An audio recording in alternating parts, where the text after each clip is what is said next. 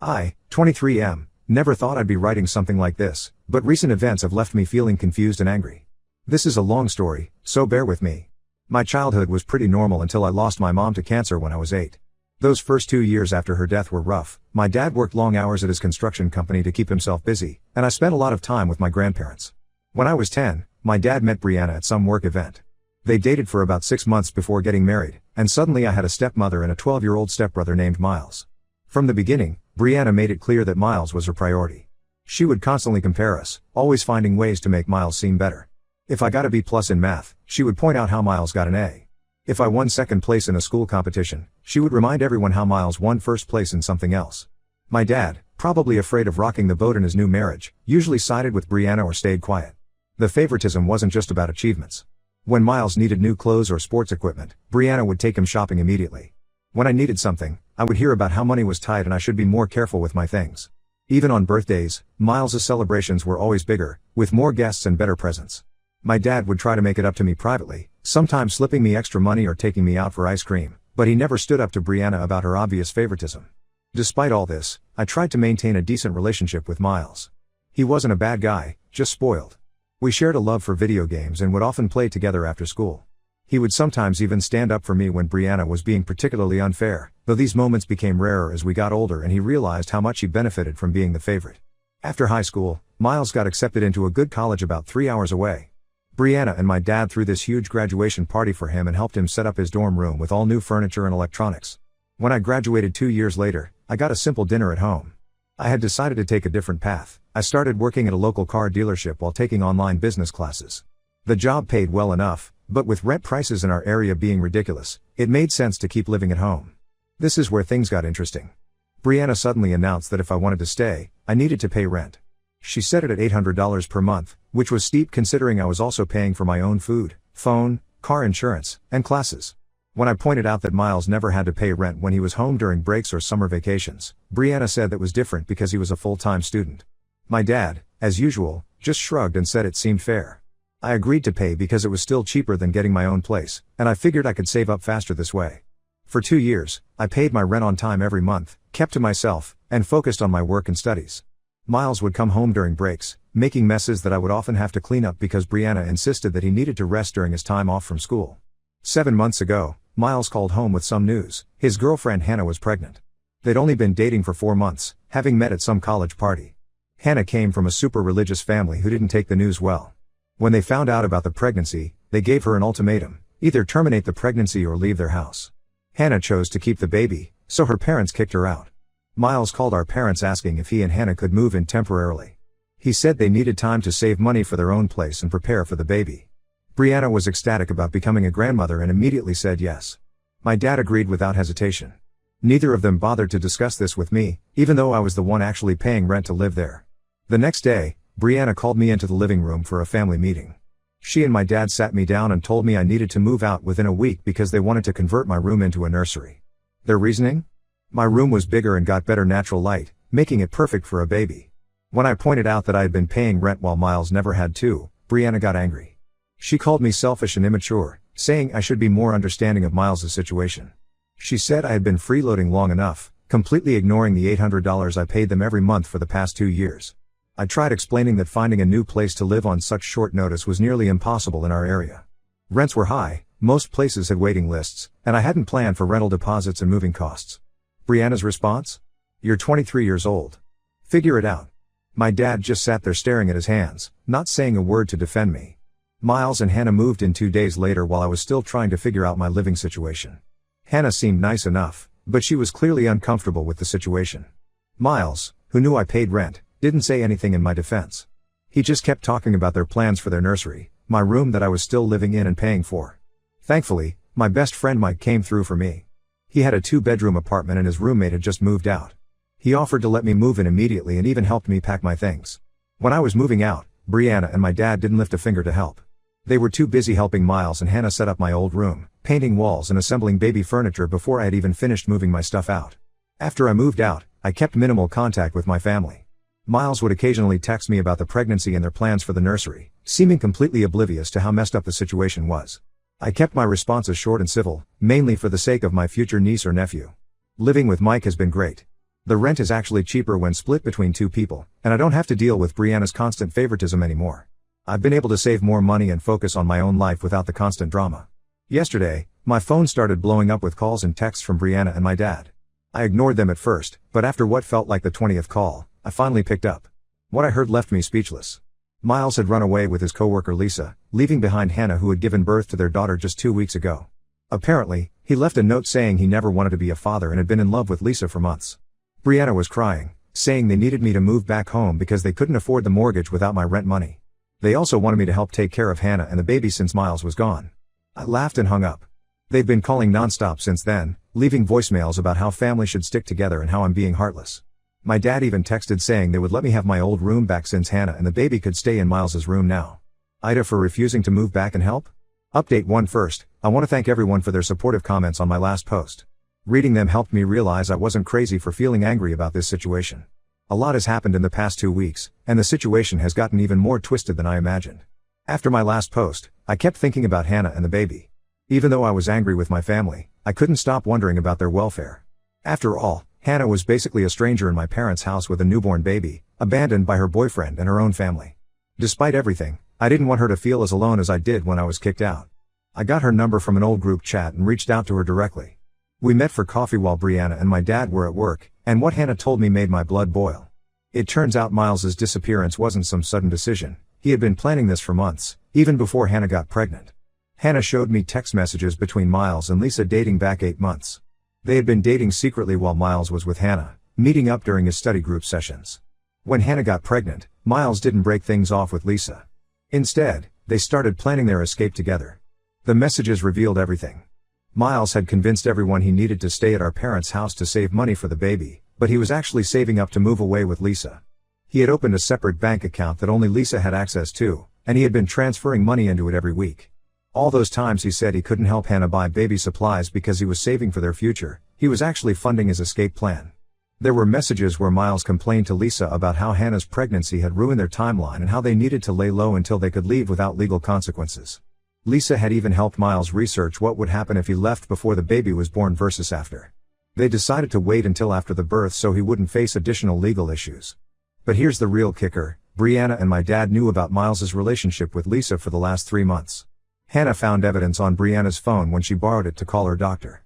There were text messages between Brianna and Miles where she was actually helping him plan his escape.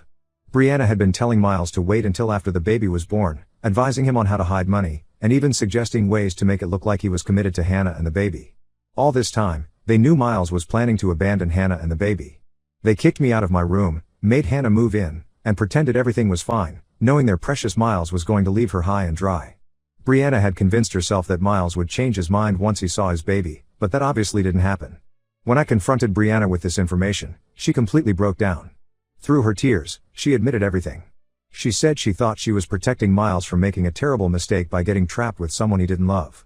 She actually tried to justify it by saying she was thinking of the baby, that it would be better for Miles to leave early rather than resent the child forever. My dad's response was even worse. He tried to defend their actions by saying they were just trying to help their son avoid ruining his life. When I pointed out that they had ruined Hannah's life in the process, he said that wasn't their problem. He actually had the nerve to say that Hannah should have been more careful if she didn't want to end up in this situation. I helped Hannah contact a lawyer who specializes in family law. The lawyer said Hannah has a strong case for child support, especially with all the evidence of Miles's premeditated abandonment. She's now pursuing legal action against Miles, and the lawyer is also looking into whether Brianna and my dad could be held liable for their role in hiding Miles's assets. When Brianna and my dad found out about the lawyer, they completely flipped out. They've been calling and texting nonstop, alternating between begging me to stop helping Hannah and threatening me with being cut off from the family. Brianna even tried to claim that by helping Hannah, I was betraying Miles and choosing a stranger over family. The most absurd part? They're still trying to convince me to move back in, saying they need my help even more now because of the legal action against Miles. They want me to talk Hannah out of pursuing child support, claiming it will ruin Miles's future. They seem to care more about protecting Miles from the consequences of his actions than about their own granddaughter. I finally blocked their numbers yesterday. Mike suggested I keep records of all their messages and calls in case they try to cause problems for me later. I've given copies of everything to Hannah's lawyer. Hannah and her baby have moved in with a women's support group that helps single mothers. She's doing surprisingly well considering everything that's happened. She's also documented everything meticulously, from Miles's messages to bank statements showing his secret transfers. I still can't believe how deep this betrayal goes.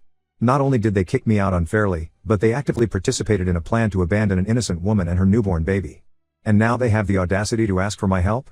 It's like they live in some alternate reality where their actions have no consequences. I'll update again if anything significant happens, but for now, I'm focusing on my own life and helping Hannah where I can. Sometimes the family you choose is better than the family you're born into. Update 2: The situation has taken several more dramatic turns since my last update. Just when I thought things couldn't get more complicated, Miles reached out to me through a burner phone number last week. After 3 months of complete silence, he suddenly wanted to tell his side of the story. According to Miles, he never really loved Hannah. He claimed their relationship was just casual until she trapped him with a pregnancy. He told me he had been in love with Lisa for over a year, and Hannah knew about their relationship but got pregnant anyway to force him to stay. He tried to paint himself as the victim, saying he felt pressured by everyone's expectations and couldn't see any other way out. Miles also revealed that he and Lisa are now living in another state. He refused to tell me which one, but said they're starting fresh where nobody knows them. He tried to justify abandoning his daughter by saying he would have been a terrible father anyway, so it was better for everyone if he just left.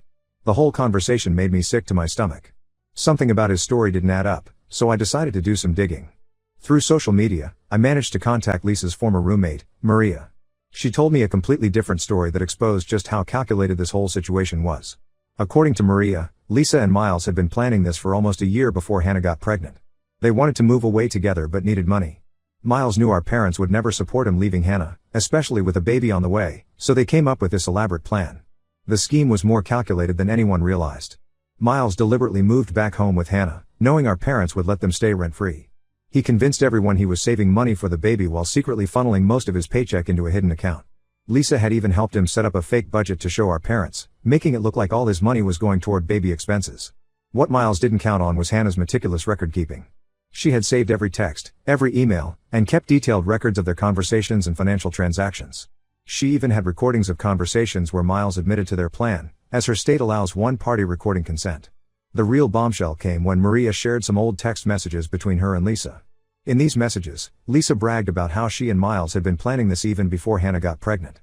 They had actually hoped Hannah would choose to terminate the pregnancy when her parents gave her the ultimatum. When she didn't, they adjusted their plan to wait until after the birth to avoid additional legal complications. Brianna and my dad are now facing their own problems. Since they knew about Miles's plan and actively helped him hide assets while pretending to help Hannah, they might be considered complicit in the abandonment. Hannah's lawyer is looking into whether they can be held legally responsible since they helped Miles conceal assets and plan his disappearance while pretending to support Hannah. The lawyer says their text messages to Miles, where they helped him plan his escape and hide money, could be used as evidence of their involvement. There's also the fact that they kicked out their rent-paying tenant, me, to facilitate this plan, which shows premeditation. Now they're panicking. They've been calling me constantly, begging me to testify that they didn't know about Miles's plans. Brianna even tried to convince me that she only helped Miles because she was afraid he would hurt himself if she didn't. My dad offered to sign over their house to me if I would help them avoid legal consequences. I refused and instead gave all the evidence I had collected to Hannah's lawyer. This includes screenshots of conversations where they admitted knowing about Miles's plan, voice messages where they threatened me for helping Hannah, and the recent messages where they tried to bribe me to lie for them. The most ironic part? They're now facing the possibility of losing their house, the same house they kicked me out of to help Miles with his scheme. They keep saying I'm destroying our family, but I reminded them that they destroyed our family the moment they chose to help Miles abandon his child. Miles, meanwhile, has stopped responding to anyone's messages since he found out about the legal proceedings. Lisa's roommate mentioned they had been planning to move to Arizona, and I passed this information to Hannah's lawyer. I'll update again when there are new developments, but for now, it seems karma is finally catching up with everyone involved. Update 3: It's been a while since my last update, and the situation has finally reached its conclusion. A lot has happened in these 3 months, so let me break it down. The legal proceedings against Miles were successful. Hannah's detailed documentation and the evidence of premeditated abandonment worked in her favor. The judge was particularly upset about Miles hiding assets and planning his escape while pretending to prepare for fatherhood. He's been ordered to pay $1,200 monthly in child support plus additional compensation for the expenses Hannah incurred during pregnancy and the first months of their daughter's life. The real justice came with the case against my parents. Their involvement in Miles's plan came back to bite them hard. The lawyer proved they were actively complicit in hiding assets and planning the abandonment of their granddaughter. The text messages where Brianna advised Miles on how to hide money and my dad's messages helping plan the timing of his escape were particularly damaging. The judge ordered them to pay a significant settlement to Hannah for their role in the deception. They had to sell the house to pay the settlement and their legal fees. They're now living in a small 2-bedroom apartment in the less desirable part of town, quite a change from their previous lifestyle. Brianna has been trying to reach me through various relatives and family friends, sending messages about how I've destroyed their lives by choosing that woman over family. She claims they've learned their lesson and deserve a second chance. My dad even tried to explain that they only helped Miles because that's what parents do and they never meant for things to go this far. The most pathetic attempt came when they sent my elderly aunt to my workplace to guilt trip me. She told me how Brianna cries herself to sleep every night and my dad has started drinking. Apparently, they're struggling to adjust to their new lifestyle and blame me for their downfall. I told my aunt that they should have thought about consequences before helping Miles abandon his child. As for Miles, he's still with Lisa in Arizona. Maria, Lisa's ex-roommate, told me they're working at some retail store and living in a studio apartment. He barely pays his court-ordered child support, always sending it late and often incomplete. When he does send money, he attaches notes about how unfair the whole situation is and how everyone ganged up against him. I've used the past few months productively. The money I saved living with Mike, combined with my regular income, allowed me to put a down payment on a small condo. It's nothing fancy, but it's mine, and no one can kick me out of it.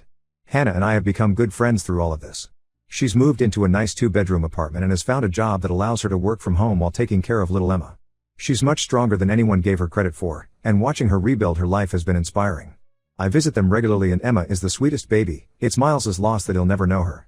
Brianna still tries to contact me through new numbers or social media accounts, usually with the same old story about how I should forgive Miles because he just wasn't ready to be a father. She seems to think that enough time has passed for everyone to forget what they did. My dad sends occasional emails about missing me and wanting to make amends, but neither of them has ever actually apologized for how they treated me. I've maintained my no contact policy with all of them. Sometimes I wonder if I'm being too harsh, but then I remember how quickly they threw me out, how they plotted to abandon an innocent woman and her baby, and how they only reached out when they needed something from me. I realize I'm better off without that kind of toxicity in my life. The family I've chosen, Mike, Hannah, and little Emma, is worth more than the family that repeatedly chose to hurt and betray me. Sometimes the best revenge is simply living well and letting karma do its work.